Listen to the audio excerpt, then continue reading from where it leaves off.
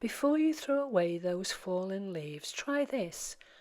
You can use leaves as a mask on your jelly plate to create delicate prints. Let me show you how I made the prints that you're looking at right now. Hi, I'm JoanieB and my channel is all about simple jelly plate techniques that show you how to make beautiful textured papers without fuss or frustration.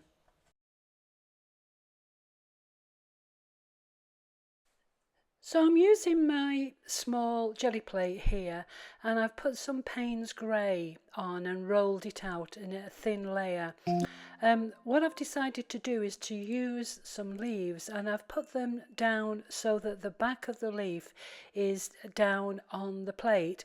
That way you get more impressions of the veins and it tends to be more successful.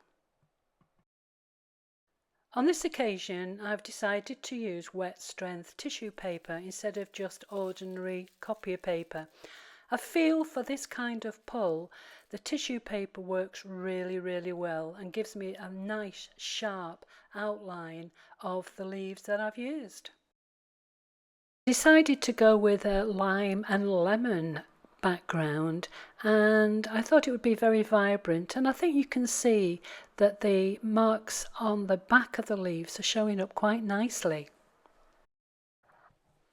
Sticking down the top of the edge of the paper using masking tape or sellotape is called registration. This simple registration method will help you get cleaner, sharper prints.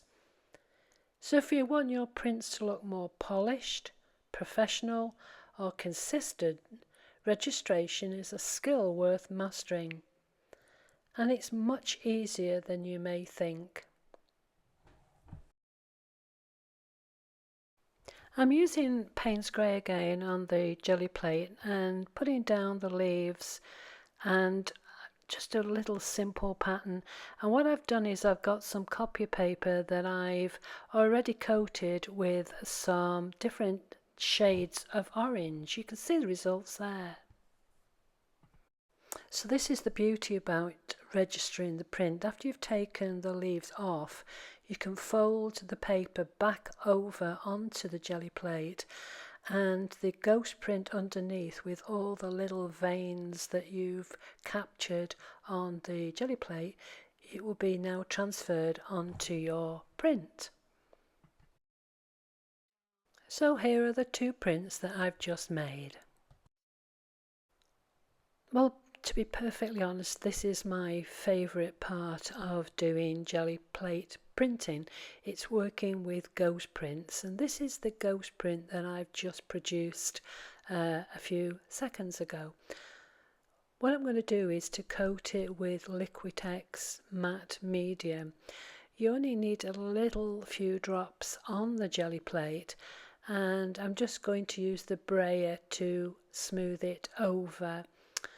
I'm using wet strength tissue paper again because it's rather strong and it holds up to this kind of treatment.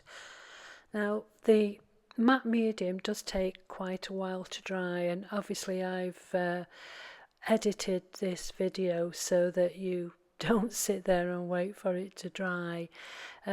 Also, sometimes if it's difficult to get the paper off, it's an idea to turn the whole thing over, and instead of taking the paper off the top of the jelly plate, it's a good idea to remove the jelly plate from the tissue paper, and there is the resulting print, and I think it's absolutely gorgeous.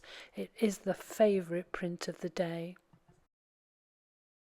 So let's have a quick review. Well, I did two prints for you, one of them on wet strength tissue paper and the other one on a piece of copier paper that I'd already put some colours on. In this case it was a nice lime and lemon version.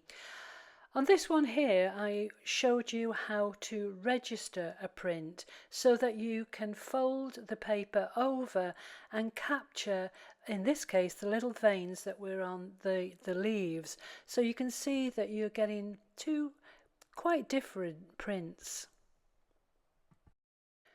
So here's my favourite of the day, and I think it's absolutely gorgeous. It's the ghost print that I made using the Paynes Gray, and it's definitely something I'm going to use in future collages.